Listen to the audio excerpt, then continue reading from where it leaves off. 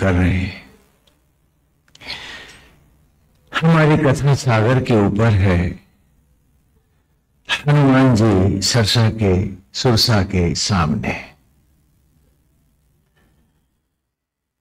सुरसा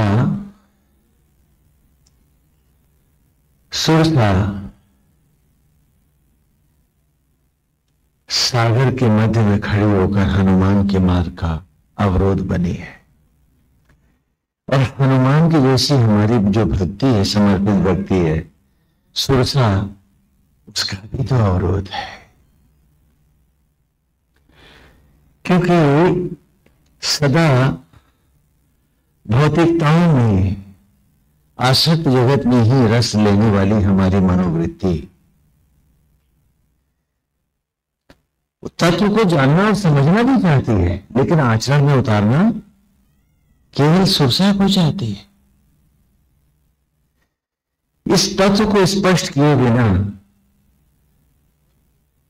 हनुमान भी सुरसा से बचे बिना सागर पार नहीं कर सकते, और हमारा जीवन भी सुरसा के मुंह से होकर ही भव सागर पार कर सकता है। समझ में आ रही है तो कथा?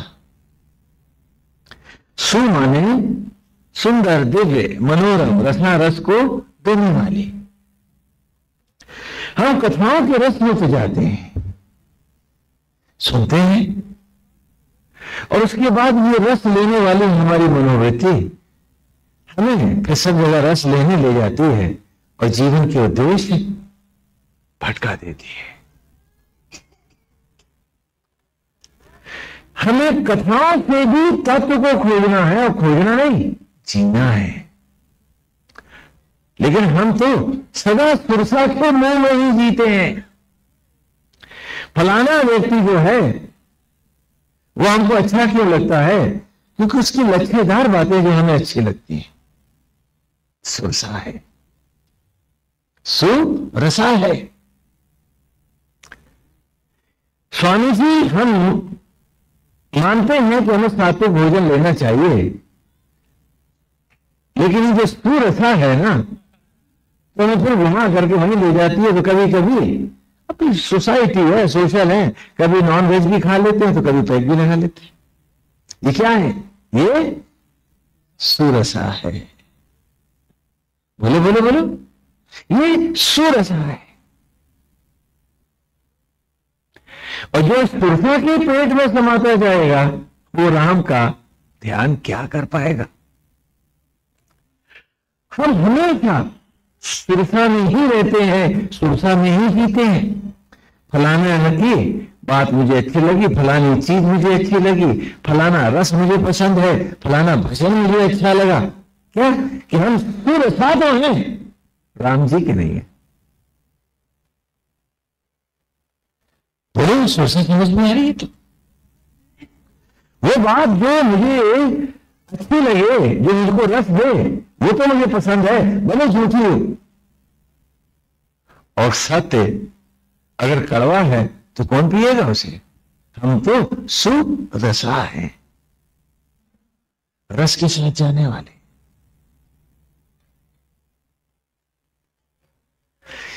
ये कहानी किसकी है?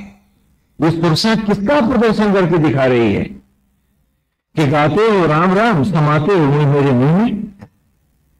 राम के कार्य से तुम बोले, सुरसा के जो मुंह में समा जाएगा, कहां भटक गई है मेरी ये भक्ति बुद्धि, ये समर्पिता भक्ति जान के कैसे खोज पाएगा? और सुरसा के पेट में तुम्हें जानकी नहीं मिलेगी, क्योंकि वो तो अशोक वाटिका में है। और कथा में भी सुरसा ही प्रधान है, इंद्रियों में भी सुरसा ही प्रधान है, आचरण और विचार में भी तुम्हारे सुरसा ही मातु है, माता है। हा? उसी की गोद में रहना चाहते हैं हम सब। उदाहरण देते हैं कि एक व्यक्ति बहुत बीमार है, बेचारा अपनी देखभाल भी नहीं कर सकता। तो उसका एक बड़ा घनिष्ठ मित्र है, वो उसके लिए दवाइयां भी ला रहा है, फल भी रख गया और साथ में डांट भी गया कि तुम परहेज नहीं कर रहे हो तो ठीक कैसे होगे। और उसके बाद उसका दूसरा मित्र आया, कहना भैया तुम बीमार हो, मुझे रात भर नींद नहीं आई, तुम्हारी भाभी कह रही थी ये क्या बीमार है, वो क्या बीमार हुआ है, हमें तो लगता है कि तुम भी बिस्तर पकड़ लोगे। और उसने 4-6 लच्छेदार बातें करी और वो मित्र आपका जो फल रख गया वो भी खा गया। लेकिन ये मित्र आपको ज्यादा प्रिय है, वो जो आपकी सेवा कर रहा है उससे कहीं ज्यादा, क्योंकि इसकी वाणी में सुरसा है। और हम सब राम भक्त नहीं हैं, सुरसा के भक्त हैं। बोले ये सच नहीं। और इसीलिए इस भव सागर को पार कैसे करेंगे, क्योंकि बीच में खड़ी हमारी ही मनोवृत्ति सुरसा है।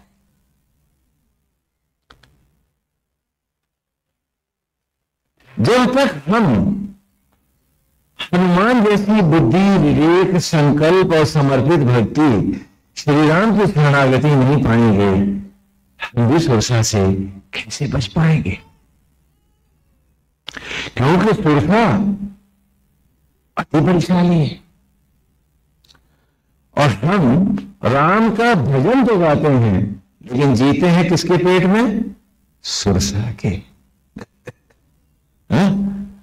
ये सुरसा का प्रकरण हम सबका जीवन है, हमारे जीवन के रहस्य हैं। वो जी फलानी बात बहुत अच्छी लगती है, फलानी वस्तु बहुत अच्छी लगती है, फलाने गहने बहुत अच्छे लगते हैं, फलानी चीज बहुत अच्छी लगती है, उसमें बड़ा रस है स्वामी जी। और हम सब सुरसा में हैं। और सुरसा जो सुरसा में समा गए हैं वो आगे जा ही नहीं सकते, क्योंकि सुरसा इस मार्ग का अवरोध है। कथा यूं रुक जाएगी। और हनुमान यहां लीला करके दिखा रहे हैं कि सुरसा से भी बचा जा सकता है। कैसे? पूछो कैसे?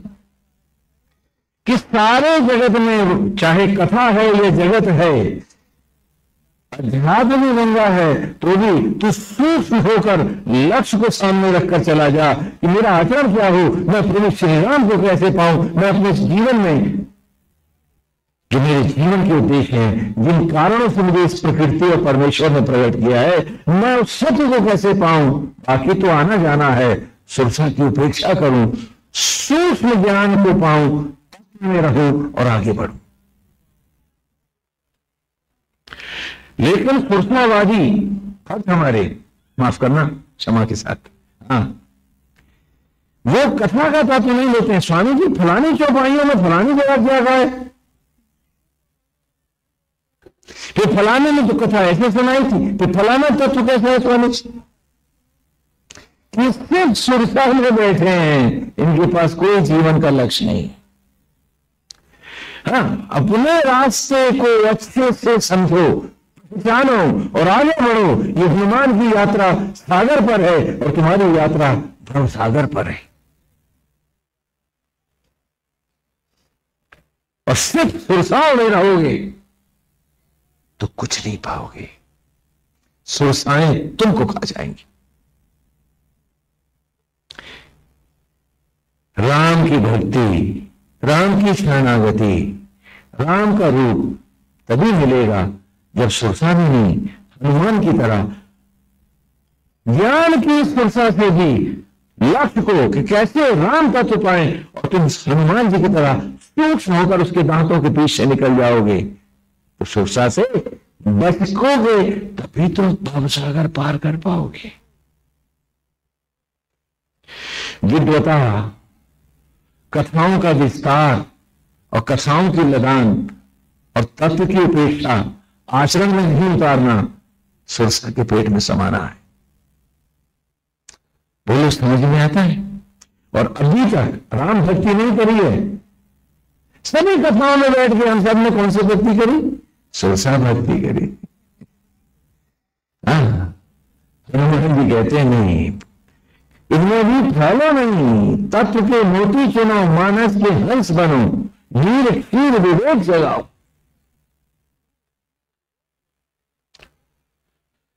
और मान सरोवर के मोती उठाओ और अनंत की यात्रा पर उड़ जाओ। यात्रा अनंत है, बहुत लंबी उड़ान है हम सबकी, और हम हैं कि अभी तक पंख ही नहीं फैल रहे हैं, केवल सुरसा का रस ले रहे हैं। अपने में तड़प जगाओ कि जेही विधि राखे राम ताही विधि रही है। सुरसाओं के लिए न रुकिए, चलते रहिए, सूक्ष्म होकर तत्व पकड़िए और उड़ जाइए। तो सुरसा को ये जब मुंह से निकल गए तो सुरसा ने कहा, हनुमान तुम धन्य हो, मेरे मुख से कोई भी नहीं निकला है। बड़े बड़े विद्वान और ज्ञानी जन भजनानंदी भी इसी में समा गए हैं। हे तत्व ज्ञानी, सूक्ष्म तत्व से राम तत्व को पाने वाले, तो धन्य है, क्योंकि तू सूक्ष्म होकर निकलना जानता है। जो विस्तार को जाता है वो भटक जाता है। बोले समझ में आ रहा है? तो हमेशा जीवन में अभीष्ट को सामने रखो, चाहे वो कथा है या संसार, राम हमारे सामने रहे कि ये तो जाने वाला मार्ग है, हमें तो चलते रहना, हमें रस नहीं लेना है, जितना बताया गया है उतना करना है। करना तो जरूर है, और जो तत्व मिला है उसी से अपने को, उस तत्व को पीना है, जीवन में ढालना है, और उस सूक्ष्म तत्व के साथ ही पूरी सूक्ष्मता से रागनीन के राह आगे बढ़ जाना। और इस प्रकार सुरसा को प्रणाम कर हनुमान जी उड़ चले। हाँ, हम सुरसा तत्व तो हमें स्पष्ट है कि हनुमान जी की इस लीला का यहां उद्देश्य क्या है। अब हनुमंत आगे बढ़े, उड़े जा रहे हैं अनंत सागर के ऊपर से हनुमान। तो उनकी परछाई भी सागर की तलहटी पर जा रही है। देखा नहीं? तो अचानक हनुमान जी को लगता है कि वो तो आगे बढ़ ही नहीं रहे, वहीं रुके, चौके। क्या हुआ? जो सागर में उन्होंने निगाहें डाली तो क्या देखा? बताओ क्या देखा? कि एक राक्षसी उनकी परछाई को पकड़े बैठी है।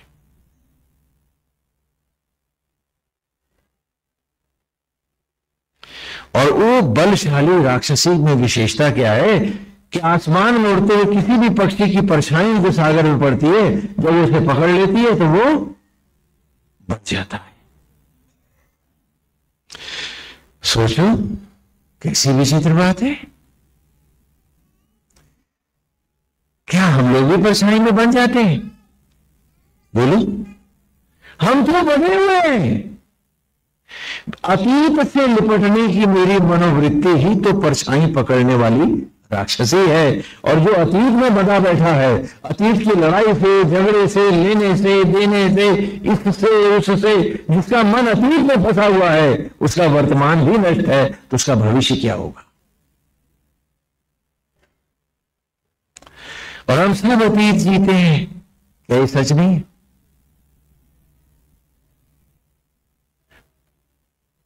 बोलो बोलो बोलो बोलो। हाँ, हनुमान जी दिखा रहे हैं तुमको, क्या हम देखना चाहते हैं। और इसी पर ऋग्वेद में हमने आपको पढ़ाया है कि परे ही विक्रम त्रिशम इंद्रम विषा विपश्चितम यस्ते सही। कि हमने तो सारे अतीत की को चिता की तरह जला दिया है। परे ही विक्रमास्त्र पृष्ठा विपश्चितम, वो अतीत को देखने की मनोवृत्तियां भी हम जला है। और जिसने अतीत नहीं जलाया है उसका वर्तमान जल रहा है, और उसको भविष्य की कोई कल्पना होनी ही नहीं चाहिए।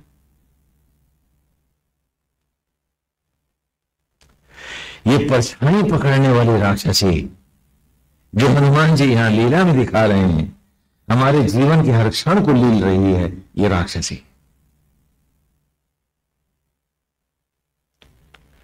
उसने ये कहा था, उसने ये किया था, उसके साथ ऐसा हुआ था, और सारा दिन हम अतीत बिलोते जीते हैं। हमारा वर्तमान कहां है और हम भविष्य क्या पाएंगे? ये कैसी विचित्र कथा है।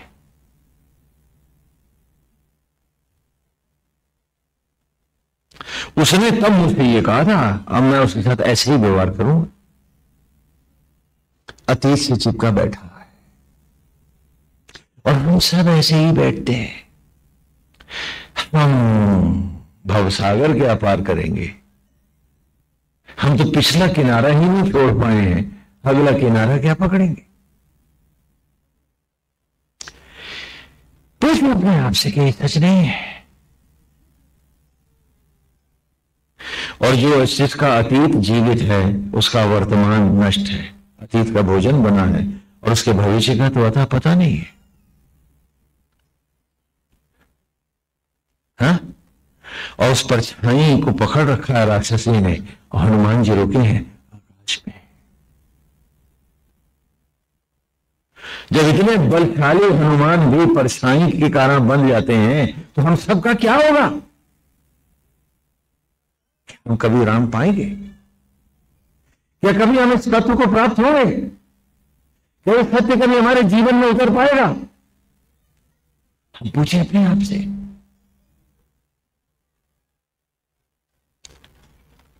कि जिनके अतीत नहीं जले उनका वर्तमान जल गया और उनका भविष्य शून्य हो गया चिता की लकड़ियों पर।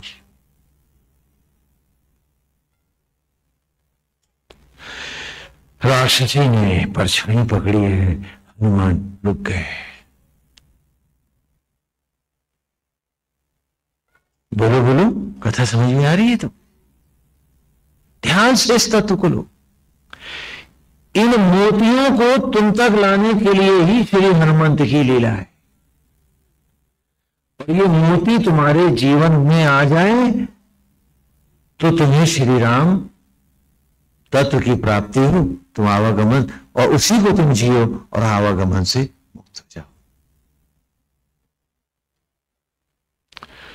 परछाई और राम दोनों एक साथ कैसे रहेंगे?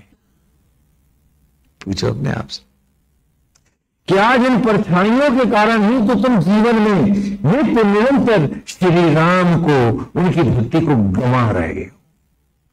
क्योंकि अतीत में उसने ये कहा था, अब उसमें तुम राम कैसे देखोगे? तुम्हें तो बदला लेना है। तुम्हारा मन तो उससे घृणा करता है, तुम्हें फलाने आदमी से एलर्जी है। हाँ, तो खाली गाओगे ही तो सीए राम में। क्यों? कि अतीत पकड़ने वाली परछाई ने पकड़ रखा है। जैसे नाग होता है ना, नाग तो मेढक को जब मुंह में फंसा लेता है तो दबाता है, वो फिर करता है टॉय टॉय, वो फिर छोड़ देता है, फिर दबाता है। तो उस राक्षसी के मुंह में बैठे ही तो गा रहे हो राम राम। जब ज्यादा दबाती है तो जय श्री राम जय श्री राम। क्या हाल है हमारा? पूछो अपने आप से ही। बोलो, अतीत में जियोगे कि राम में जियोगे? पूछो अपने आप से।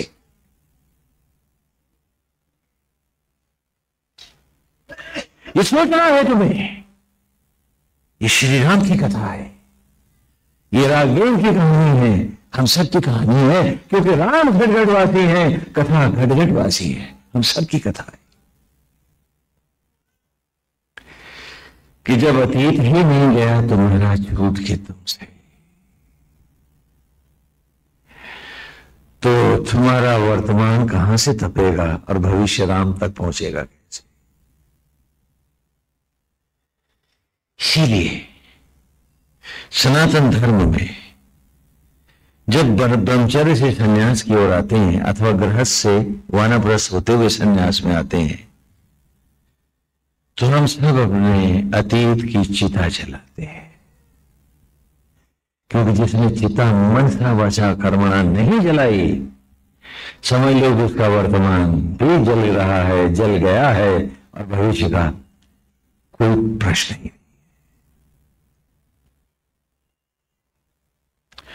क्यों जलाते हैं? आज आप सीए राम में सब जग जानी, हाँ, मेरे तो गिरधर गोपाल दूसरों न कोई, अथवा वेद के 5 महावाक्यों का वाक्य कि एको ब्रह्म द्वितीयो नास्ति, उसकी थोड़ी व्याख्या कर ले कि धारणा की सांची में ये 5 महावाक्य हैं वेद के, पांचों ही स्पष्ट कर लें तो अति उत्तम हो, तो हमारा जीवन स्पष्ट हो जाए, ये सागर की यात्रा और सरलता से हम देख सकें। हम वेद में 5 महावाक्य देते हैं गुरुकुल में छात्र को। यदि आप चाहें तो इन वाक्यों को अपना जीवन बना ले। पहला है तत्त्वमसि, दूसरा तेजोवसि, तीसरा एको ब्रह्म द्वितीयो नास्ति, और चौथा अहम ब्रह्मास्मि, और पांचवा सोहमास्मि। ये मनुष्य का, गुरुकुल शिक्षा का, हर छात्र का संपूर्ण जीवन सोहम अस्मि, सोहम अथवा सोहम अस्मि, यही संपूर्ण जीवन है। ये 5 महावाक्य तुम्हारी इन 5 उंगलियों की तरह हैं, 5 ज्ञानेंद्रियों की भांति हैं, पहचानो है। हाँ, पहले स्पष्ट करते हैं तत्त्वमसि, शब्दार्थ करते हैं तत् माने ऐसे, त्वम तुम, असि हो, कुछ भी नहीं कहा है। हम नारायण से कह रहे हैं, राघवेंद्र से कह रहे हैं तत्त्वमसि, ऐसे तुम हो। अब इसकी आगे वेद में व्याख्या करते हैं, ऋचाओं में चलते हैं, ऋचा नहीं पढ़े काले अर्थ करेंगे। तत्त्वमसि, वह तुम हो, जाना मैंने, पहचाना मैंने, तो अपना ही रूप, हे आत्मन, हे ईश्वर, हे राम, तुम्हें देता चला गया। यहां से मेरा भक्ति का प्रारंभ है, भक्ति की राह शुरू होती है। क्या किया कि इस शरीर को प्रभु आपने बनाया है और आत्मा होकर आप ही विराजते हैं इसमें। तो मैंने किया कि पलथी जैसा चबूतरा बना, धड़के जैसा ही कमरा सजा, सिर के जैसा गुंबद लगाकर, जटाओं के जोड़े था कलश बिठाकर मैंने बनाया घर तुम्हारा, नाम दिया मंदिर, देवालय, घर तुम्हारा, बिंब मेरा। अपने को तो बिंबित कर रहा हूं। काश हम जानते कि हम जिस मंदिर में गए हैं वो मंदिर क्या है, उसकी परिकल्पना क्या है, वेद की भावना क्या है। कि पलथी के जैसा चबूतरा बना, धड़ के जैसा कमरा लगा, सिर के जैसा गुंबद बिठाकर, जोड़े सा कलश सजाकर बनाया है घर तुम्हारा, आत्मा जैसी मूर्त और जीव रूप मैं पुजारी।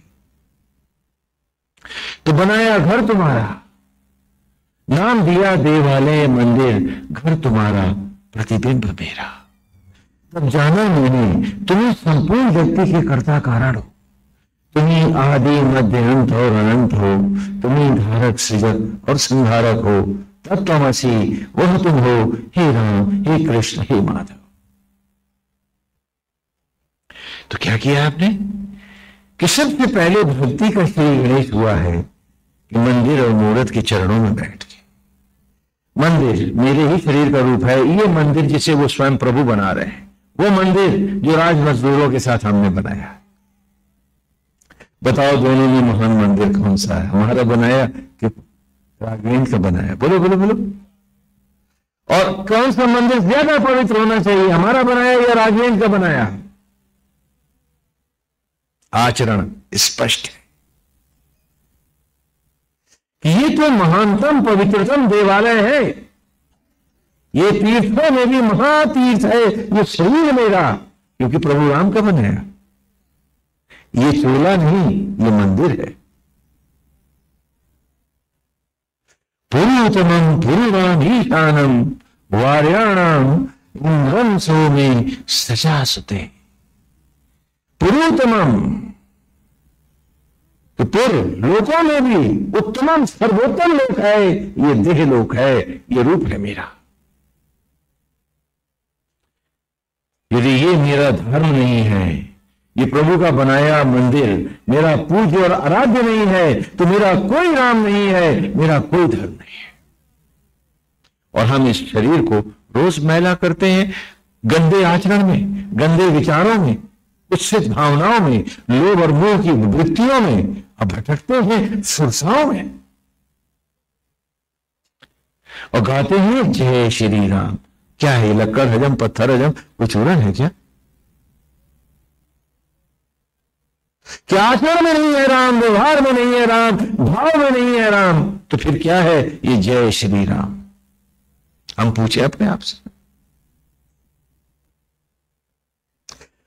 और जब नाम लेते ही मुझे शांति मिलती है, जब मैं इनका नहीं हूं तब भी जब नाम लेता हूं, हे राम भी कहता हूं, तो एक ठंडक सी आती है। तो उनका होने में फिर काहे रुकावट है? क्यों नहीं हो जाता उनका? सदा सदा के लिए, नित्य हमेशा के लिए उन्हीं में क्यों नहीं बह जाता हूं मैं पूछूं अपने आप से। फिर क्यों बैठा हूं ईर्ष्या द्वेष में और कर रहा मैला इस मंदिर को? इसकी हर ईंट वो लगा रहा है शबरी के बेरों जैसा प्यार देकर, शबरी के पेड़ों के प्यार की मिठास देकर, अमृत देकर वो एक एक ईंट लगा रहा है इस मंदिर की। और मैंने इस मंदिर की कोई कीमत न जानी, मट्टी के घरों से मैं आ रहा हूं और ये मंदिर की हर मंजिल ढा रहा हूं। क्या बात है? तो सबसे पहले कहते नहीं, चैरिटी बिगिंस एट होम। तो भक्ति स्टार्ट्स हियर। जिसकी यहां नहीं है उसकी कहीं नहीं है, याद रखो। फिर सब दिखावा है, सब धोखा है, सब झूठ है, सब नाटक है। अब पूछो अपने आप से, इस देवालय को कितना पवित्र रखा? ये उसका बनाया है और स्वयं विराजता है उसमें। हम कैसे महिला कर सकते इसे? हम तो राम तत्व पानी आई हैं, तो राम के बनाए इस धाम को कि पूर्व तमाम लोकों में भी सर्वोत्तम लोक है, पूर्णाधीशानम। और ज्योतिर्मय लोकों में भी महासूर्य लोक है, क्योंकि सूर्यवंशी तो ही विराजता है। वार्याणाम, वो हमारा वर्ण करने आया है। अरे जीव, तुझे मोक्ष देने आया है। ये मंदिर नहीं, ये देवालय नहीं, ये सर्वोत्तम तेरा लोक नहीं, ये महातप तीर्थ नहीं, तो तेरा कहां तीर्थ है? कौन सा लोक है?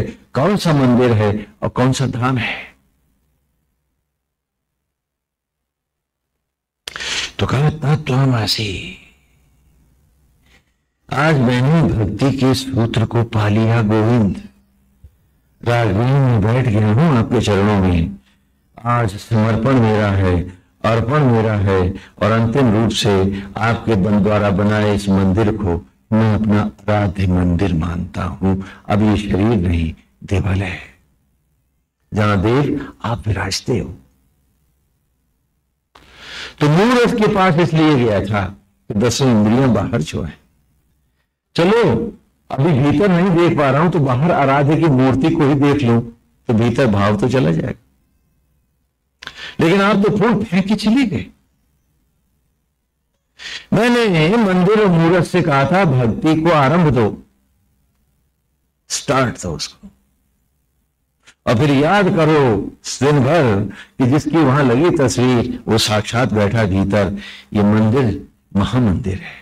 मैं नहीं करूंगा, न क्रोध से, न ईर्ष्या से, न लोभ से, न मोह से, न विचार से, न आचरण से। मैं राममय होकर जीऊंगा, अभ्यास करूंगा। इसका नाम भक्ति है।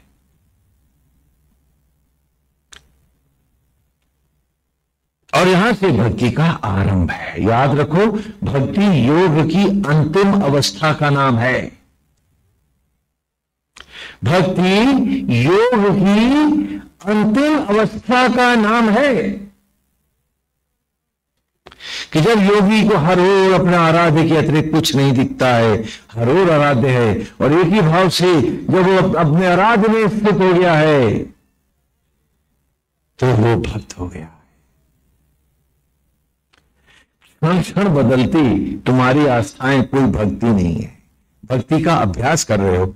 ये जैसे लड़ाई से पहले सैनिक रिहर्सल करते हैं, पूर्वाभ्यास करते हैं, ये मात्र पूर्वाभ्यास हैं। अपने को दम्भ मत दे देना कि तुम भक्त हो गए। हाँ, भक्त होने की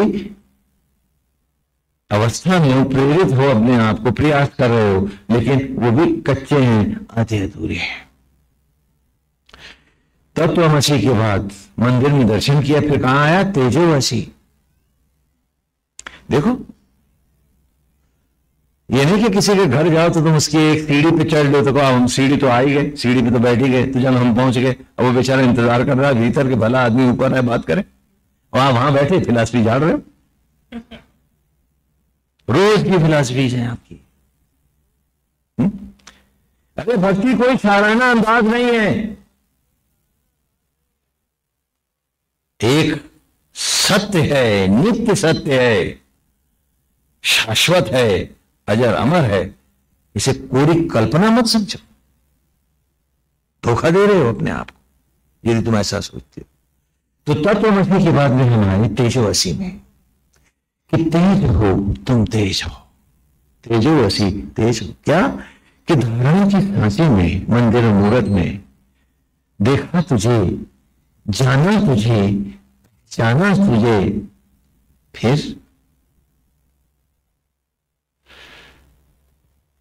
नींद की आंख भीतर देखने लगा मैं तुमको। बाहर तस्वीर देखी है, अब आंख मूंद के भीतर देखना चाहता हूं तेरे अतिशय मनोरम रूप में। वो देखकर मैं सदा सदा के लिए उस पर रीझना चाहता हूं। तो हाँ, तो धारणा के सांचे में ध्यान के मार्ग से मैं ढूंढने चला तुमको। भाई ध्यान के मार्ग से ढूंढने कहां जाएगा? हिमालय या भीतर?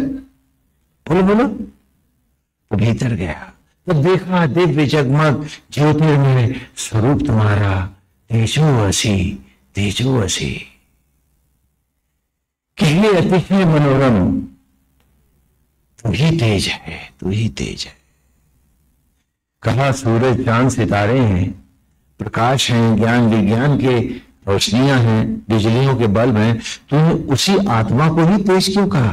तो कहता है, उत्तर देता है, भले प्रकाशित हो सहस्र सूर्य, 1000 सूरज भी जगमगाए तो क्या?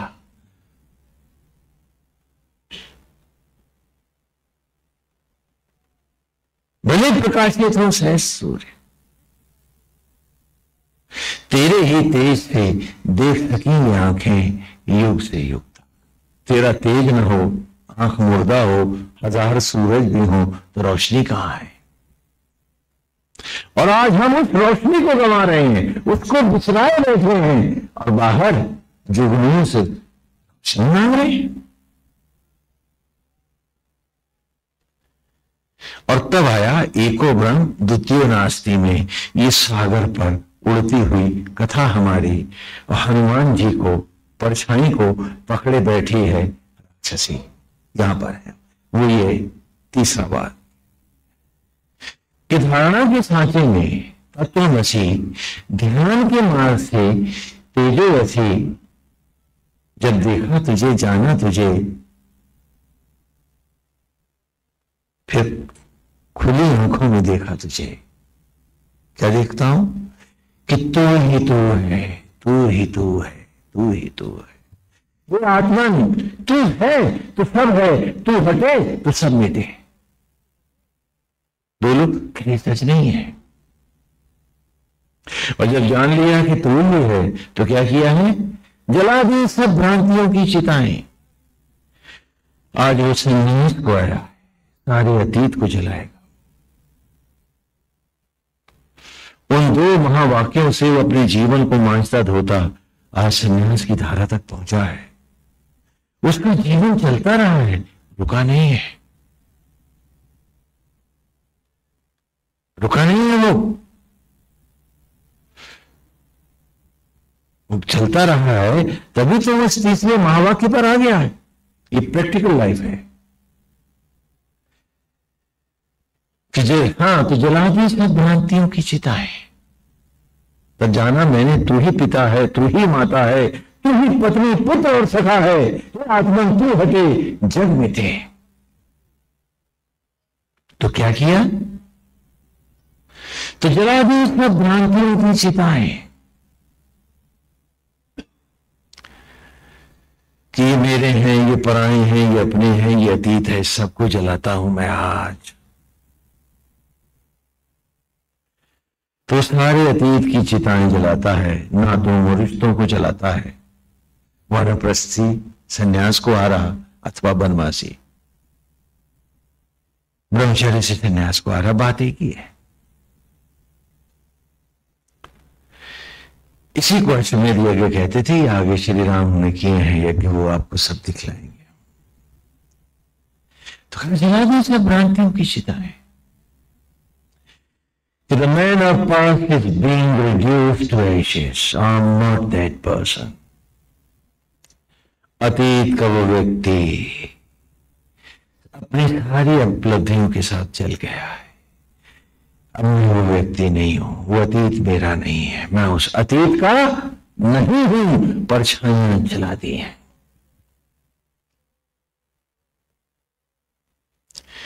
क्योंकि यदि अतीत जिएगा तो वर्तमान लुट जाएगा और भविष्य कभी नहीं होगा, का था पता भी नहीं होगा। तो जला दी सब भ्रांतियों की चिताएं। मां क्या कि आज सारे नाते संबंधों को, अतीत की सारी स्मृतियों को, भौतिक सारी उपलब्धियों को जला रहा हूं मैं, जिससे मेरा अतीत मुझे कभी छुए भी ना। एक चिता में जल गया जब मैं भी। संन्यास के समय अनिवार्य है कि वो अपनी स्वयं की चिता स्वयं जलाए, जलाता है। और जैसे आप लोग सारे किया कर्म करते हो, आप सोचते हो कि आपके बाद आपके करेंगे। हम वो मस्त हैं जो खुद ही अपना सब किए जाते हैं। जाने से पहले सब कर्म कांड निभाए जाते हैं। तो संन्यास से पहले वो अपनी सारी चिता जलाता है, सब कुछ करता है, अपने को स्वयं जलाता है। मन वाचा कर्मणा, वो सारे अतीत को त्याग करता है, अपनी भंडारा भी कर देता है, कर्मकांड भी करता है, सब कुछ करता है। और करने के बाद स्वयं को यज्ञ की अग्नियों का स्वरूप मानता हुआ, सारे अतीत से अपने को निवृत्त करता हुआ वो अग्निवेश हो जाता है। और हनुमान जी का भी रंग कुछ ऐसा ही है ना। हाँ बोलो, समझ में आ रहा है? तो समझ में आ रही कथा हमारी? The man of the past is being reduced to ashes. I am not that person. I appear from the pyres, the flames of yajna. Flame is my garb and flame be the ultimate. Like flame I shall move in the society.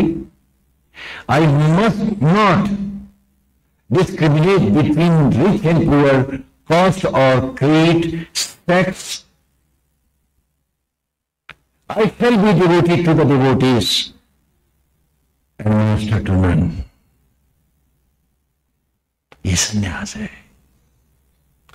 कि अतीत का वो व्यक्ति अपनी संपूर्ण उपलब्धियों के साथ आज भस्मसात हो रहा है। उस अतीत को मनसा वाचा कर्मणा अलग करता हूं, सारी उपलब्धियों के साथ जो भी है सब शेष है, समाप्त है। ये पीछे से मुझे अब पकड़ेगा। मैं यज्ञ की ज्वालाओं से उत्पन्न हूं, ज्वाला ही मेरा वस्त्र है, अग्नि ही मेरी राह है, और अग्नि की भांति मैं किसी से भेद नहीं करूंगा। किसी की जात, गुण अथवा धर्म से भेद नहीं करूंगा, स्त्री और पुरुष से भेद नहीं करूंगा। जीव मात्र में एक ब्रह्म देखूंगा, एको ब्रह्म द्वितीयो नास्ति।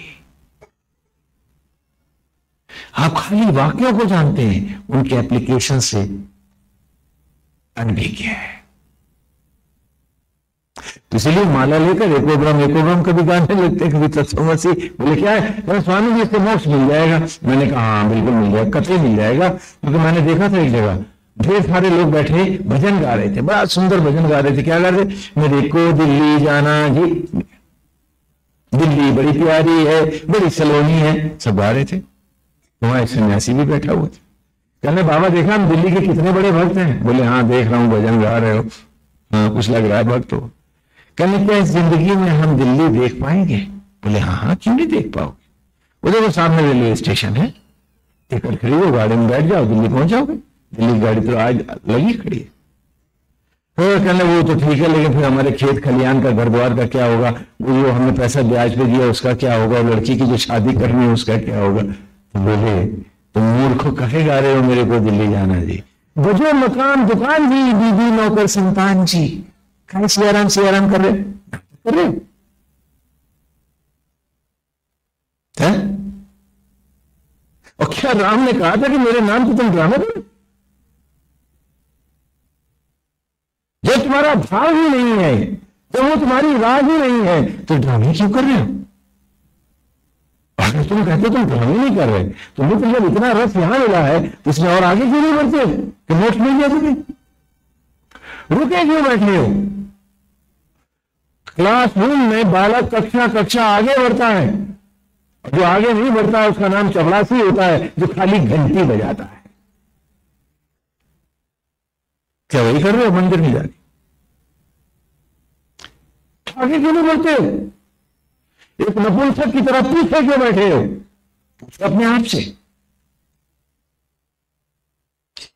क्यों? किस साहस की कमी है तुम में कि जिसमें इतना प्यार करते हो उसके होना भी नहीं चाहते हो? और कल सारा संसार छूटना है और आज जरा सी चीज भी छोड़ने को तुम राजी नहीं हो। पूछो अपने आप से कि कौन सी भक्ति है तुम्हारी? ये कौन सी भक्ति है तुम्हारी? पूछो अपने आप से।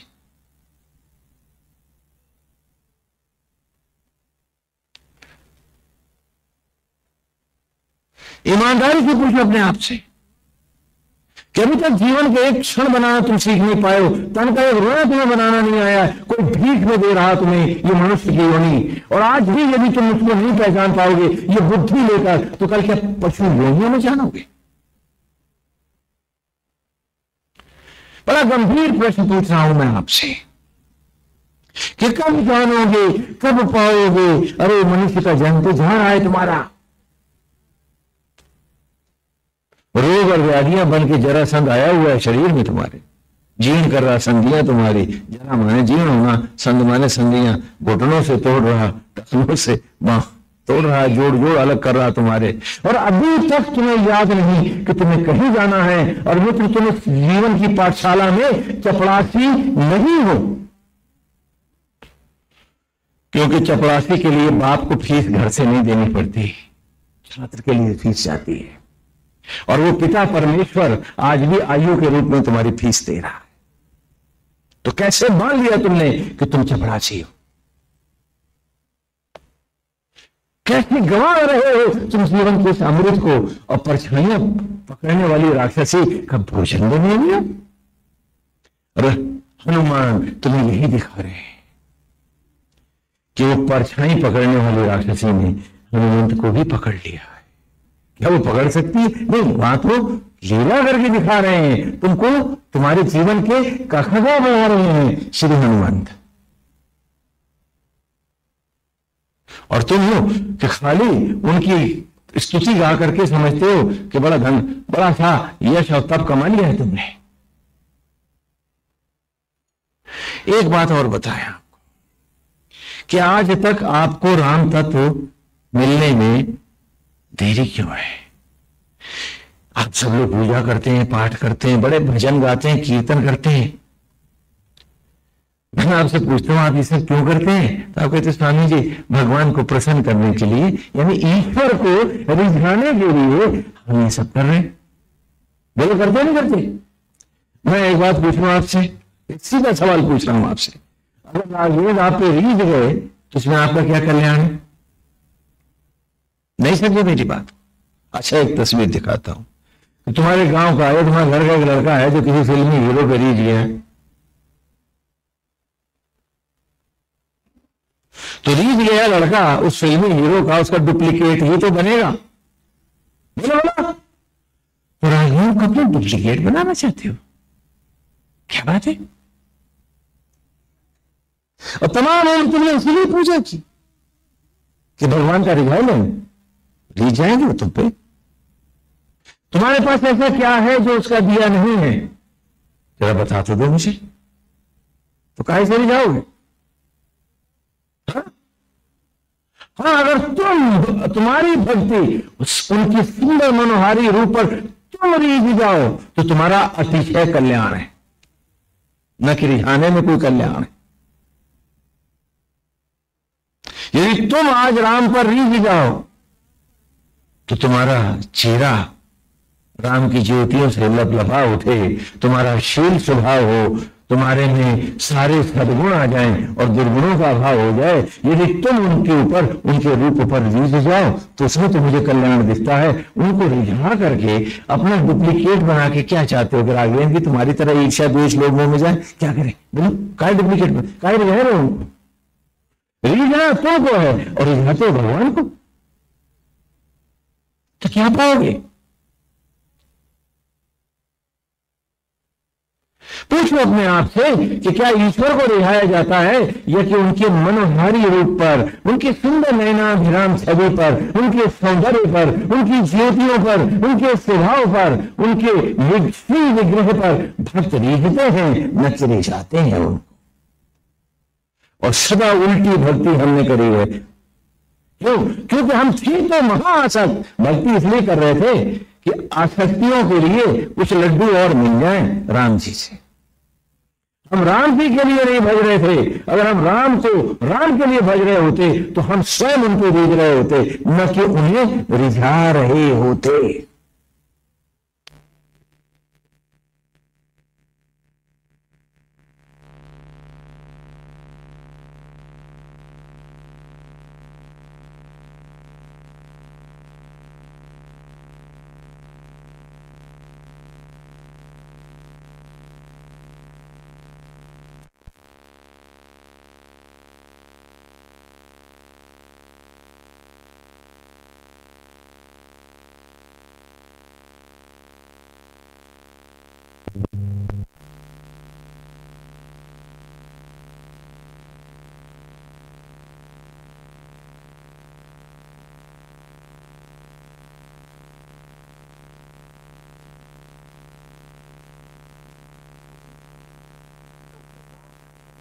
ये बात हम नहीं समझ पाते हैं।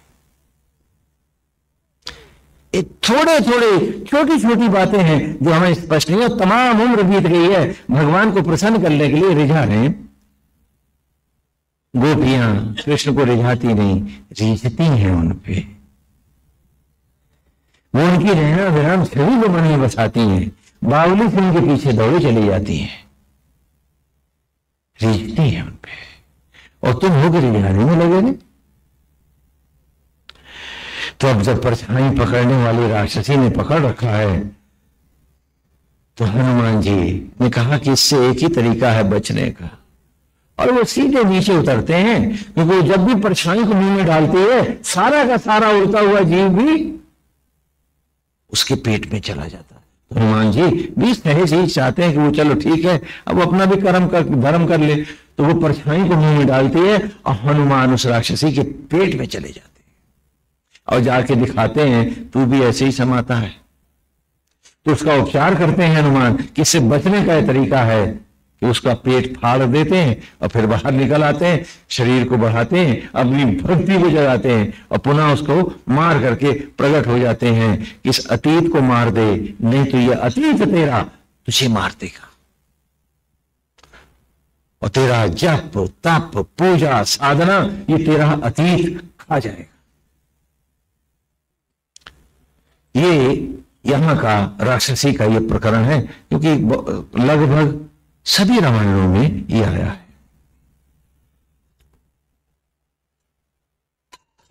नारायण गोविंद है। और तब बढ़े श्री हनुमंत आगे, तो उनको सागर के बीच में उभरती हुई सोने की लंका के दर्शन होते हैं। वहां लंकनी नाम की राक्षसी है जो लंका का पहरा कर रही है। हनुमान उसे परास्त करते हैं, वो रुकती है, अवरोधक बनती है।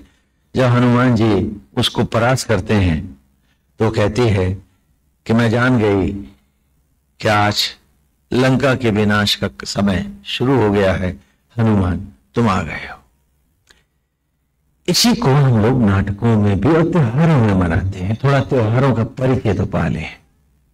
इसी के साथ जो इस कथा का बहुत महत्वपूर्ण अंश है, हम दशहरे और दिवाली भगवान श्री राम की कथा के इन लीलाओं को प्रतिवर्ष मनाते हैं। एक है क्या, इसका भी रहस्य जान ले तो इस कथा का और लीला का अमृत हमारे सामने स्पष्ट होता चला जाएगा।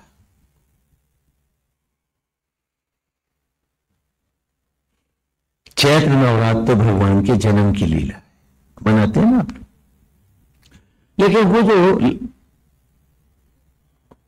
आगे अभी दिवाली और दशहरा आएगा वो हम क्यों मनाते हैं? उसका केवल भावार्थ दे रहा हूं, तत्वार्थ दे रहा है। सबसे पहले आते हैं पितृपक्ष। आप जानते हैं आपके पितृ कौन है? बता सकते हैं मेरे को? आप समझते हैं कि हाँ माँ बाप और वो बाप दादा, नहीं, ये सारा पर्यावरण हमारा पितृ है, क्योंकि सब मिलके हमें बना रहा। इसलिए पितृपक्ष में गुरुकुल में सभी लोग आते थे, परिवार अपने बच्चों से मिलने आते हैं और फिर चातुर्मास पर्यंत वही रहते हैं। हाँ, गुरु पूर्णिमा से शुरू होते हैं और चातुर्मास पर्यंत ये पर्व चलते हैं। इनका उद्देश्य क्या है? ये नहीं कि गए और कथा सुन के भाग जाएंगे या सुबह रुके और शाम को चल, नहीं, वही रहेंगे। और कथा सुनी नहीं जाती, कथा को जीने का अभ्यास किया जाता है। आज आपको सुनने की फुर्सत नहीं, अभ्यास की किसके पास है? बेचारे बड़े बिजी लोग हैं, अब क्या बताएं, उनके पास राम से ज्यादा सारे ही काम जरूरी है, राम तो सबसे उपरांत है ना। तो अभ्यास कहां से करेंगे? और तब ये होता था कि आते थे, कथाएं सुनते थे, फिर जब पितृपक्ष आता है तो हम सारे जंगलों में पेड़ ही पेड़ लगाते थे, उनकी पूजा करते थे कि जिन वनस्पतियों की दया और कृपा से हम हैं, हमारे वंश हैं, आज हम उन्हीं देवताओं को और अधिक प्रकट करेंगे, उनकी सेवा करेंगे। और उसके साथ ही इन्होंने हमारे जो पितामह आदि को, पूर्वजों को भी इन्होंने ही तो तन दिया है, उनको भी प्रणाम करेंगे। और उनको ये जो पितृ हैं, ये संपूर्ण सचराचर जो पर्यावरण है, हम इसको धर्म के रूप में धारण करेंगे। तो जंगल उगाए जाते थे। अब भारत में चारों तरफ सुंदर वन स्थलियां थी, गुरुकुल शिक्षा ही नहीं गई, सब उजड़ गए। जंगलों को आप ऐसे काटते हैं वन माफिया बन के कि जबकि शिव की कथा में गुरुकुल में मैं बच्चों को पढ़ाता हूं कि ये पेड़ ही कार्तिकेय है।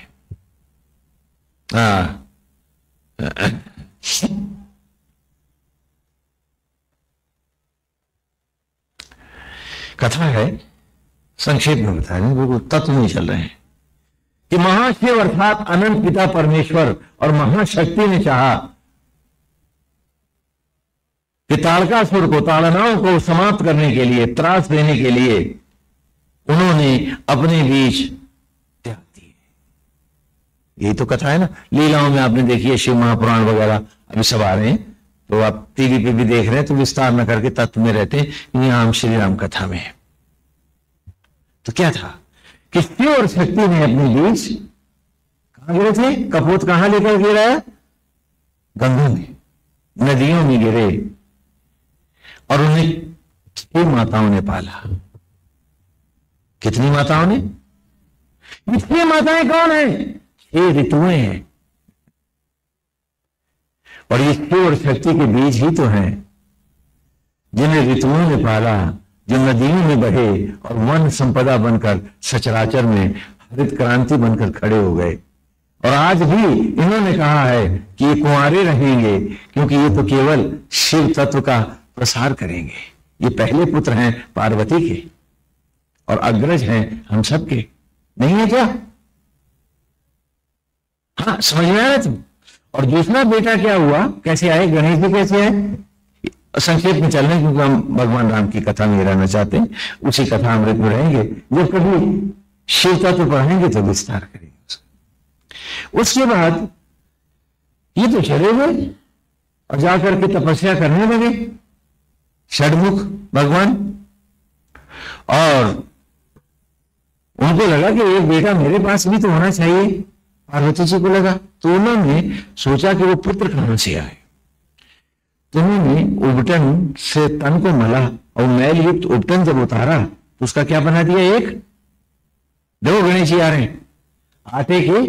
आटे का उपटन होता है ना, हल्दी जो खाते हैं उसी का उपटन बनाया जाता है, घी तेल सब डाल करके, हल्दी चिरौंजी, हाँ, खाद्य पदार्थ मिला के। बोलो बनाते ना बनाते? अब तो साबुन आ गया है ना, अब उपटन कहाँ बनते हैं, पहले बड़े सुंदर सुंदर बनते थे। तो उस उपटन को महाशक्ति ने एक बालक का रूप दे दिया। जो उपटन मैल युक्त उपटन उतरा तो उसको बालक बना दिया।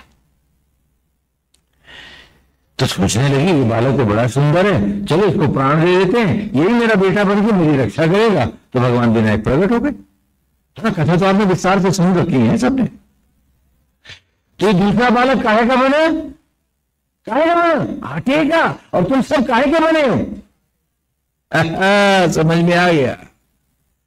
तो महाशिव के दूसरे बेटे हो तो सोचो कि कहां कहां तक भटक गए हो। तो क्या आज अपने बड़े भाइयों को, इन पेड़ों का सम्मान करना नहीं जानते जिनके आटे से भक्ति ने बनाया तुमको? और आज भी जो मां इस आटे के उपटन को खाती है वही तो गर्भ में बालक बनता है, और वो तुम हो। और आज तुम्हारा एक पितृपक्ष से कोई संबंध नहीं है, खाली तिलान दे दिया, जाकर के 2 मंत्र, हाँ, थप्पड़ के रूप में दे मारे, यानी काम हो गया। हाँ, एक आदमी सीधा साधा दे दिया, चलो हो गया। क्या कर रहे हो तुम? क्या तुम उस अतीत का, उस अनुपम अमृत में ज्ञान का मजाक नहीं उड़ा रहे हो? तुम श्रद्धा पूजा कर रहे हो या अपने पूर्वजों के उस अमृत ज्ञान को मजाक उड़ा रहे हो, पैरोडी कर रहे हो? क्या ना इसको ही है क्या? ये पेड़ तुम्हारे अग्रज है, तुम्हारे बड़े भाई है, और जिस सत्ता ने तुम्हें बनाया है उसने तुमसे पहले इनको बनाया, और तुमको दोनों पत्नियां दे दी, इसमें रिद्धि भी दे दी और सिद्धि की दे दी। ये दोनों गणेश जी को दे दी, और उसने कहा मुझे दोनों तू ही ले जा भैया, छोटा भाई तू ही रख दोनों को, मैं तो केवल तप करूंगा और सबके सुख का कारण बनूंगा। और ये पेड़ खड़े रहे। आज इस ऋषियों को तुम नहीं जानते, इन तपस्वियों को नहीं पहचानते, जिनके कारण तुम्हारा परिवार और संतति है। तो पितृपक्ष ऐसे नहीं मनाए जाते थे, निरंतर वनस्पतियां लगाई जाती थी, उन पेड़ों की पूजा आरती होती थी, और उनके सुख की कामना होती थी, और अपने आप को हम अर्पित करते थे कि हम आपको सेवा करेंगे जैसे आप हमें पाल रहे हो। हमारा भी तो धर्म है कि हम कुछ सेवा आपकी करें, हम पालेंगे आप। आज पालेंगे नहीं, बकुलाड़ा ले लेंगे, पालेंगे तुमको। ये हो रहा है।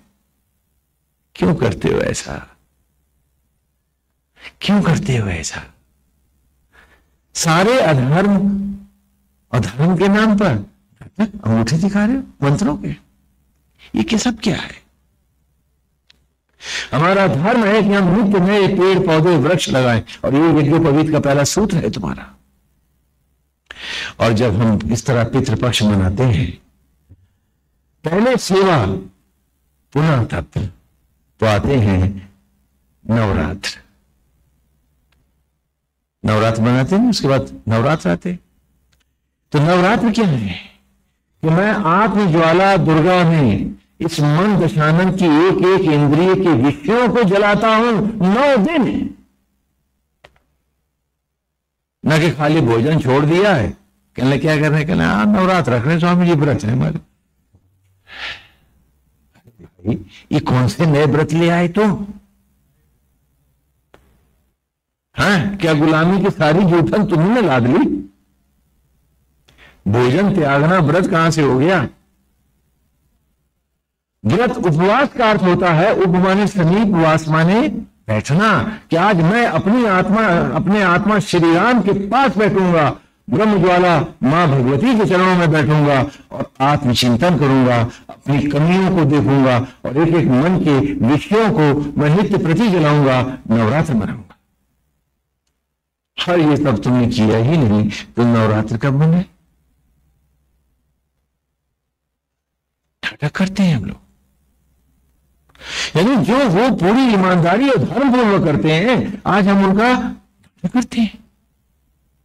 और जब मैं कह देता हूं कि भक्ति है ये नाटक, तो आप सब बुरा मान जाते हैं। हाँ, कि स्वामी जी देखो हमारी भक्ति की खिल्ली उड़ा रहे। भक्ति की नहीं श्रीमान, आपके अज्ञान की खिल्ली उड़ा रहा, जरूर उड़ा। भक्ति तो मां है, भक्ति तो हम सबका रिच है। जिस मनुष्य ने भक्ति न पाई, अरे उसने तो जन्म गंवाया। ये तो अमृत है, महाअमृत है ये। और 9 दिन नवरात्र मनाते हैं।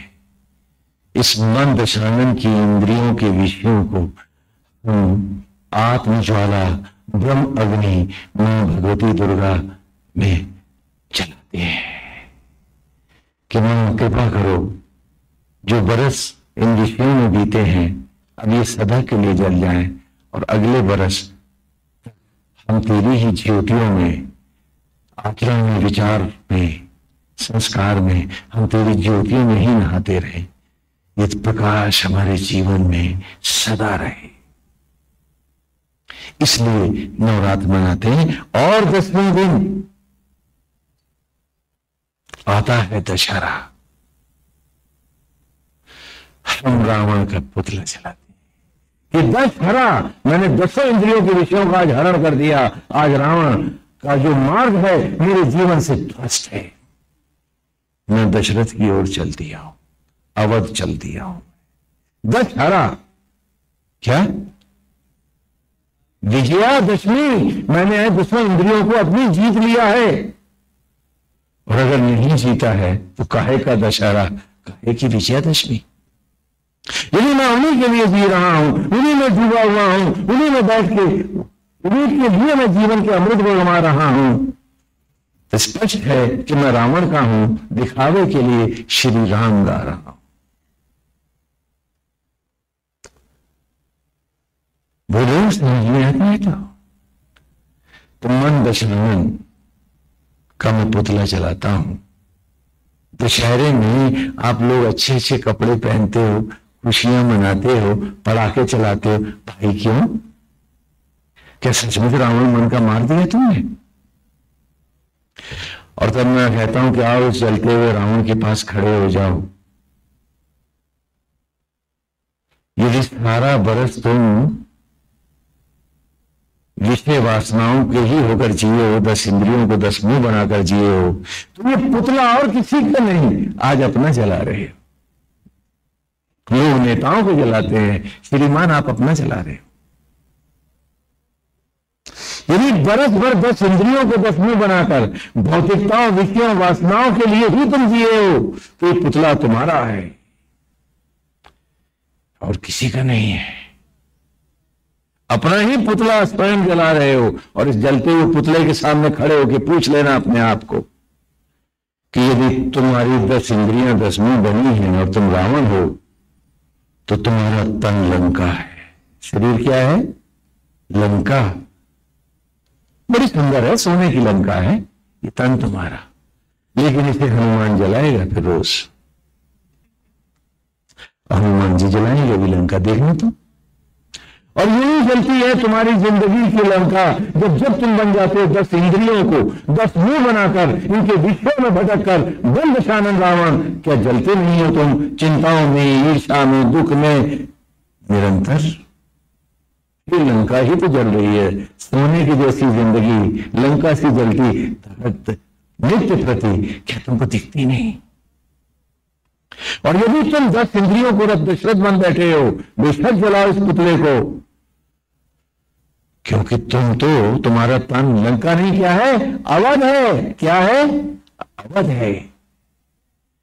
और अवध का अर्थ जानते हो? जिसका कोई वध ना कर सके। अमृत को जा रहे। मैं यूं दशहरे मनवाता हूं, मैं यूं पुतले जलवाता हूं अतीत के युगों में। आज खाली आप परंपराओं को, क्षमा करें, लादते हो, जानते नहीं। और तब आती है अमावस की काली अंधेरी रात, चारों तरफ फैल जाते हैं अंधेरे, और हम मनाते हैं दिवाली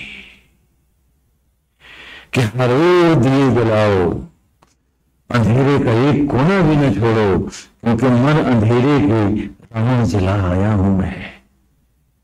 यहां तो राम ज्योति है, राम प्रकाश है, आदि ज्वाला ब्रह्म अग्नि की ज्योतियां हैं, तप ही मेरी राह है, ज्योति के मार्ग में चला हूं। अंधेरों को ज्योति के अंगूठे दिखाओ, कहो कि अंधेरों का काम नहीं कोई। और उस दिन आप पीते हो शराब और खेलते हो जुआ। क्या राम को अंगूठे दिखाते हो या रावण को? पूछो अपने आप से कि एक दिन भी तो तुम राम का नहीं मनाते हो। वो लीला कथाएं थी और इनका प्रतिवर्ष ये निर्वाह था। लेकिन आज हम पवित्र त्योहारों को भी निंद्य बनाते हैं, गंदा और मैला करते हैं, और फिर भी कहते हैं कि स्वामी जी हम भक्ति मार्गी हैं। भाई हम भी आपको प्रणाम करते हैं और क्या कह सकते हैं। इन त्योहारों को इनको तत्व से समझना चाहिए, इनके महत्व को जानना चाहिए। ये प्रेरक हैं कि चलो इस बार फिर कसम खा लें, जो थोड़ी बहुत भूले रह गई हैं अगली बार वो भी नहीं हो। और बिना अभ्यास के आप एक भी स्वभाव की गंदगी को नहीं छोड़ सकते। मेरे पास एक सज्जन आए, कहने स्वामी जी आपके प्रवचन तो बड़े सुंदर हैं, लेकिन क्रोध तो हमें आता है, क्या आपके पास इसका भी कोई उपाय है? हमने कहा हमारे पास इसका दो उपाय हैं, एक परशुराम वाला, एक श्री राम वाला। कौन सा चाहिए बोलो? दोनों उपाय हैं मेरे पास। एक परशुराम है जो फरसे से तुम्हें सीधा करता, एक श्री राम है जो तुम्हें समझा कर सीधा करता। दोनों में से कौन सा चाहिए? कहने लगे पहले परशुराम वाला बताओ। तो हमने कहा सुनो, आज से एक कसम खा जाओ यहाँ कि जितनी गालियां गंदा व्यवहार तुम अपने से कमजोरों पे, पत्नी पे, बच्चों पे, नौकर आदि पे करोगे, सौगंध खा जाओ कि तुरंत थाने में जाकर के थाना इंचार्ज के साथ भी वही व्यवहार तत्क्षण कर डालोगे। अगली बार गुस्सा आ जाए तो मैं जिम्मेदार हूं। ये परशुराम वाला है। मेरे पास हर चीज के दो इलाज है, एक परशुराम वाला और एक श्री राम वाला। बोले कौन सा चाहिए? करने लगे ये तो ज्यादा तीखा है, बहुत मारेगा वो। तो हमने कहा श्री राम वाला ले लो। सारे इलाज हैं कि सवेरे उठ करके भगवान श्री राम के सामने खड़े हो जाओ नहा करके, और फिर अपने से पूछो सड़ा हुआ खाना, गंदा खाना खाओगे मित्र? तो क्या जवाब मिलेगा? नहीं खाएंगे। पूछो सड़े गंदे कपड़े पहनोगे? तो क्या जवाब मिलेगा? तो बोलो फिर जब सड़े कपड़े नहीं पहन सकते, सड़ा गंदा खाना नहीं खा सकते, तो सड़े स्वभाव और आचरण और व्यवहार की एक गंदगी को लेकर तुम आज सारा दिन क्यों जीना चाहोगे? तो चलो आज श्री राम के चरणों में सौगंध है कि आज सारा दिन कुछ भी हो हम कोई गलत आचरण नहीं करेंगे, क्रोध ही नहीं करेंगे, ईर्ष्या भी नहीं करेंगे, द्वेष भी नहीं करेंगे। आज सारा दिन मन में राम और हाथ में सेवा, यही लेकर के चलेंगे हम। ये श्री राम वाला इलाज है, नहीं तो परशुराम वाला भी। तो क्या होगा जब सारा दिन तुम याद करोगे कि यार आज का व्रत तो निभा लो, आज का संकल्प हो जान, तो इतने क्षीण संकल्प तो नहीं बनो। वो बार बार जब अपने को प्रेरित करते रहोगे, एक दिन भी था, अगले दिन फिर तुम कैप्सूल लोगे, और 6 महीने में तुम देखोगे कि तुम्हारा क्रोध जो पहले घंटों रहता था अब आया और गया है। अगले 6 महीने में न आया है न गया है ही नहीं। क्योंकि जब तुम पैदा हुए थे तो तुम्हारे पास ये सड़े गंदे स्वभाव नहीं थे, अभ्यास के द्वारा तुमने पाए हैं। सब गुस्सा करते थे, तुम करने लगे, सब गाली बकते थे, तुम करने लगे, सब झूठ बोलते थे, तुम बोलने लगे। तो जब अभ्यास द्वारा तुमने गलत स्वभाव पाए हैं, गलत आचरण पाया है, तो उस स्वभाव द्वारा अच्छा भी तो बनाया जा सकता है। Why can't you do it? Yes, हमें हर कोई ऐसा कर सकता है। और खाली झूठे दम्भ में आकर के माला फेरी है और स्वभाव नहीं फेरा है तो धिक्कार है ऐसे व्यक्ति पर। वो फिर मानता है कि वो भक्त है राम का। अरे राम के भक्त में शील नहीं तो राम का भक्त कैसा? जिसमें राम का शील नहीं है, जिसमें राम का चरित्र नहीं है, जिसमें राम की दया, सबके प्रति कृपा नहीं है, तो भक्त कैसा है? पूछो अपने आप से। कथा में आगे चलते हैं। हनुमान जी ने लंकनी ने उनको प्रणाम किया है। वस्तुतः वो भी अभिशप्त है और अलग अलग, कहीं गंधर्व आई है तो कहीं वो यक्ष कन्या है तो कहीं देव कन्या है, ऐसा अलग अलग रामायणों में प्रसंग आए हैं। वो इतना महत्व नहीं है उसका। और हनुमान जी लंका में प्रवेश करते हैं। अब वे हर ओर ढूंढ रहे हैं जानकी जी। और जब हम लंका में आए हैं तो हमारे सामने लंका के चरित्र भी तो स्पष्ट होने चाहिए। पुलस्त ऋषि, हाँ, पुलस्त शब्द से पुल में स्थित है। जो आपने विपुल शब्द तो सुना, विपुल संपत्ति है अत्यधिक, तो पुल माने चंचल है, जो निरंतर चल रहा है। जो और पुल अर्थात चंचल में, जो चंचलता में जो स्थित है, नहीं वो तपस्वी है, वो क्या है? पुलस्त। हम सभी तो पुलस्त है कि मन की चंचलता यथावत है, पूजा भी कर रहे। क्या बात है, हम सब क्या हैं? अरे भाई पढ़ लो, ये भी पढ़ लो, हाँ थोड़ा सा समय हमें अभी मिलेगा, हाँ है, तो पुलस्त है। आप सब क्या हैं? हाँ, तो रावण आप ही का वंशज है। बिल्कुल ठीक बात है कि जिनके मन चंचल है, भले वो साधक है तो पुलस्त। और ऐसे ही पुलस्त मन का बेटा है विश्रवा। क्योंकि जब मन चंचल होता है, अरे तो विश्रवा भी तो हो सकता है। विश्रवा दोनों प्रकार से, दोनों अर्थों में है। हाँ, विगत श्रवा क्या? अपनी धुनना, किसी की न सुनना। अपनी धुनना और किसी की न सुनना, ये तो विश्रवा है। कि लाख सदुपदेश होते रहे, सत्संग होते रहे, वहां जाकर के हम मूड़ी हिलाएंगे, बड़े ध्यान से सुनेंगे, सब समझेंगे, लेकिन करेंगे अपने मन की, सुन के भी नहीं सुनेंगे। और भरा हुआ होता है मन जिसका, भरे घड़े में पानी नहीं भरता है। और जिसने मान लिया है कि वो सब जानता है, वो सुन कैसे पाएगा? वो विश्रवा से ही तो हो जाएगा कि सुनकर भी नहीं सुनता हुआ। लेकिन एक विश्रवा और भी हुए हैं, उनका नाम था स्वामी घंटाकर्ण। बड़े भारी शिव भक्त थे। तो गुरु ने बताया कि देखो, तुम आसक्त जगत की बातों का संग नहीं करोगे तो मत सुना करो। तो बेचारा बैठा अपना वेद पाठ करता था, लेकिन लोग दाएं बाएं की बात करते तो उसके कान में आ जाती। तो गुरुदेव एक बार जाके कहने लगा कि मैं तो फिर सुन आया। उनका यही तो तुझे अभ्यास करना है। तो एक दिन मेले में वो घूम रहा था, तो उसने देखा कि वहां घंटे बजा रहा है, गाय भैंसों के गले में टांगने वाले घंटे दिखे उसको। तो थोड़ी देर तक वो सोचता रहा, कहने लगा गुरु की बात को मैं तब तक व्यवहार में नहीं ला सकता जब तक ये कान मेरे बस में ना आए। इन्हें विश्रवस भी तो करना पड़ेगा मुझे। तो उसने वो बड़े घंटे खरीद लिए और जाकर के वैद्य के जर्राह के पास जाके कहने लगा इनको मेरे कान में टांग दे। उसने देखा, उसने इतने बड़े घंटे कान में टांगे, बोला कहा तो पहना दे मेरे, तेरी मर्जी। उसने उसके कान में छेद करके और उसको बड़े घंटे टांग दिए। और उसको विश्रवस को रास्ता मिल गया। अब जब भी कोई शिव तत्व की बात करे तो चुपचाप बैठ के ध्यान से सुने, और जब भी कोई सांसारिक बात करे तो लगे घना घन बजाने। बोले सुनूंगा ही नहीं। और वो शिव का इतना बड़ा भक्त हुआ कि उसने अमरता पाई, और जो जो अमर पाता है, अमरत्व को पाता गया, जो शिव में मिला वो शिव हो गया। इसलिए घंटाकर्ण महाशिव का भी एक नाम पड़ गया उससे। हाँ, तो विश्रवस में ऋषभ भी है, और इसी विश्रवस के दो पत्नियां हैं। यक्ष पत्नी से कुबेर है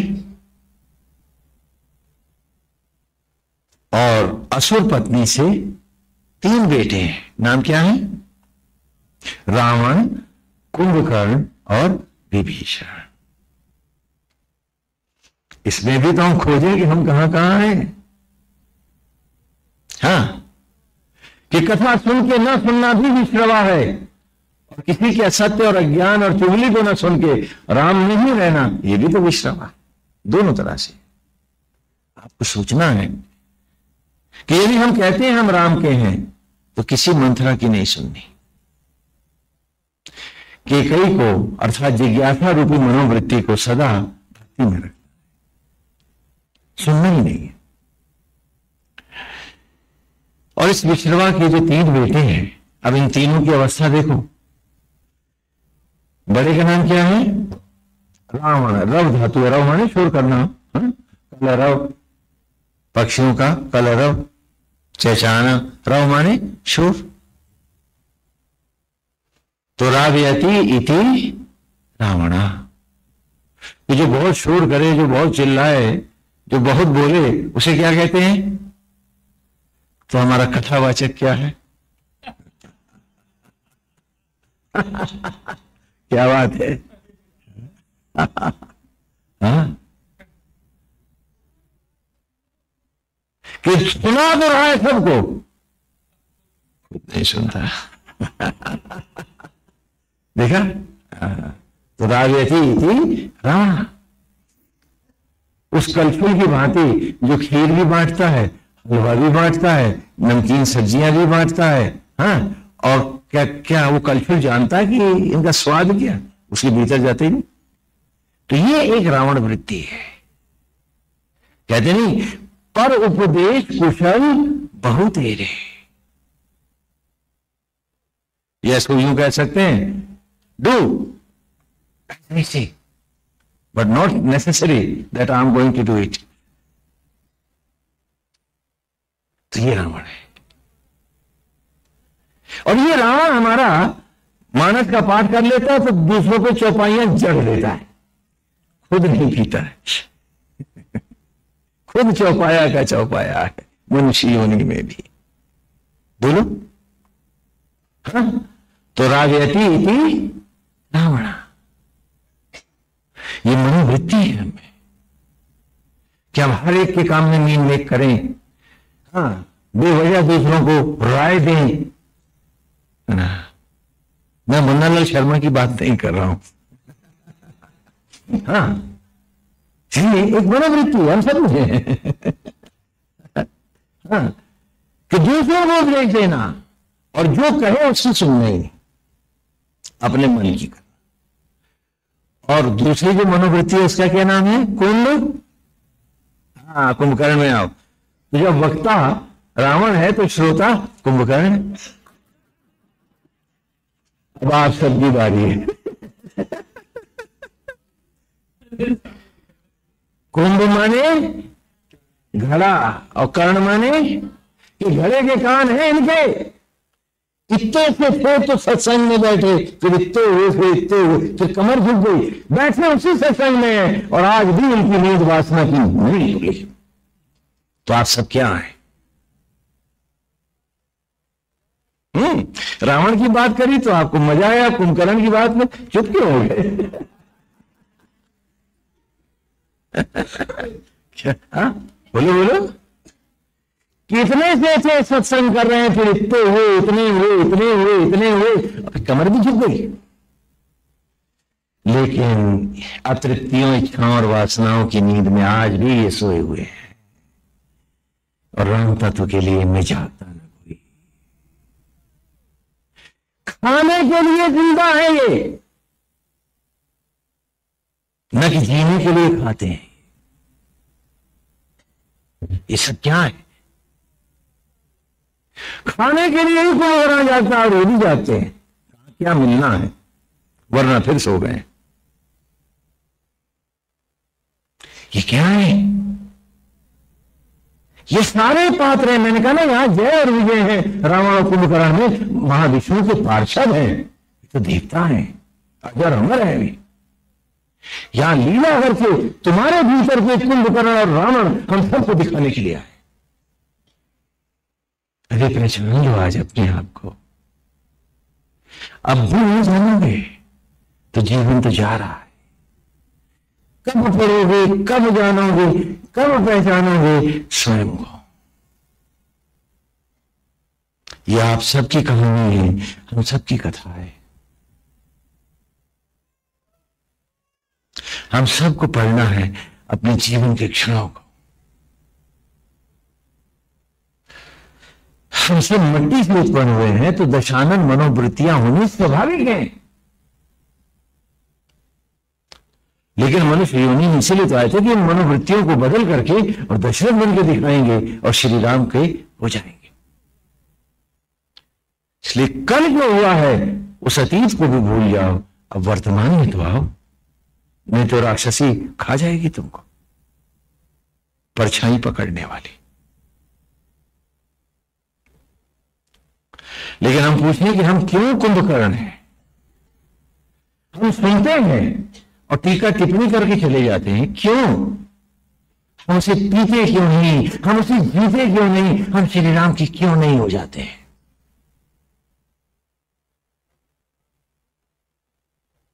हमने तो राम के होने की कसम खाई है, इसीलिए तो सत्संग में बैठे, इसीलिए तो त्योहार मनाते हैं, इसलिए तो प्यासे से जिज्ञासु बन के जाते हैं। तो फिर वो जिज्ञासा अचानक माया और तृप्तियों की लिप्सा क्यों बन जाती है?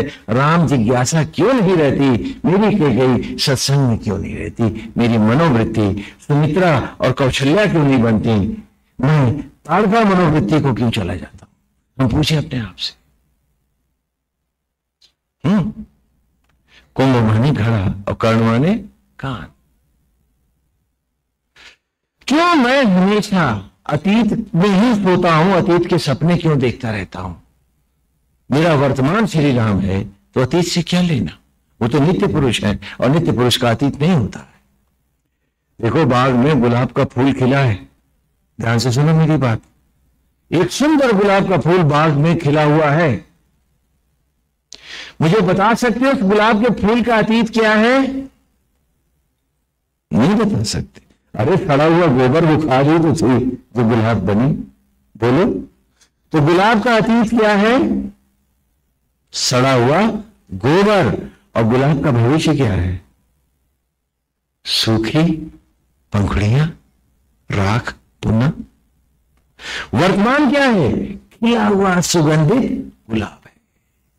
तो तुम जब अतीत से लिपट के जीते हो, काश तुम अपने आप को पहचान सकते सड़े हुए गोबर की जिंदगी जीते हो। क्यों? क्योंकि तुम अतीत से चिपक के बैठे हो। और जब तुम भविष्य की चिंता में जीते हो तो सूखी मिट्टी मली होती है चेहरों पर तुम्हारे। और जब तुम नित्य वर्तमान जीते हो तो खिले गुलाब से जीते हो। तो बोलो कौन सी जिंदगी भली है? खिले गुलाब। तो वर्तमान में राघवेंद्र के साथ ईश्वर पर पूरी तरह से अर्पित होकर नारायण को जीवन का रक्षण का आश्वासन बनाकर भी तो हम जी सकते हैं। अतीत की राक्षसी से पीछा छुड़ा सकते हैं और भविष्य के प्रेत से हमें लेना क्या? जिसने पिछला क्षण दिया है, जो सांस दे रहा, जो क्षण दे रहा, मैं अपने कर्तव्य में खोट ना आने दूं, मेरी ड्यूटीज में फर्क ना हो, मैं धर्म पूर्वक ईश्वर का निमित्त होकर भरत की भावना से भी भौतिक जीवन को धारण करूं कि नारायण जो कुछ आपका है मैं निमित्त हूं आपका। तो शायद पहली बार कुंभकर्ण नींद से जाग जाए और फिर जागने का उपक्रम करे। और तीसरी मनोवृत्ति क्या है यहां? विभीषण, कि जिसमें सारी भीषणताओं, भय, संत्रास, चिंता, आने वाला कल, सब कुछ भविष्य, सबको उठा उनसे विगत हो गया है क्योंकि इसने नारायण के चरणों में रख दिया है और स्वयं विमुक्त हो गया है। यही एक विभीषण राम पाएगा और बाकी दोनों राम के द्वारा मारे जाएंगे। तो कौन है विभीषण? हम में कौन है विभीषण? जिसने मान लिया है कि जे ही विधि राघे राम ताही विधि रही है। लंका में रहता है, असुर के घर में रहता है, असुर का भाई है, असुर होते हुए भी दांतों के बीच में जीभ की तरह विभीषण रहता है। तो सारा संसार अगर आसक्तियों की लंका बन गया है, हर आदमी गलत काम कर रहा है, तो तू फिर उनकी नकल ही क्यों कर रहा है? क्या तू विभीषण की तरह आज भी इस कलयुग में अनासक्त भाव से प्रभु राम के साथ नहीं जी सकता है? पूछ अपने आप से कि क्या तू विभीषण नहीं हो सकता है? और हम सबको इस जगत में आसक्तियों की लंकाओं में विभीषण की भांति रहना है। हाँ, समय अपनी मर्यादा में है। ऐसी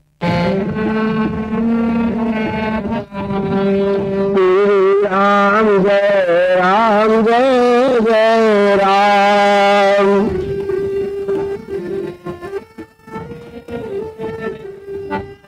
श्री राम जय राम, जय जय राम।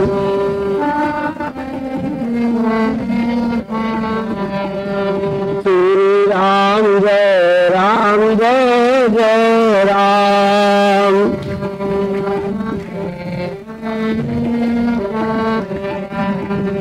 श्री राम जय राम, जय जय राम।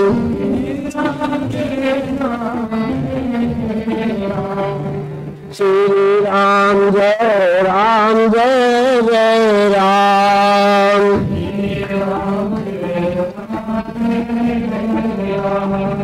श्री राम जय राम।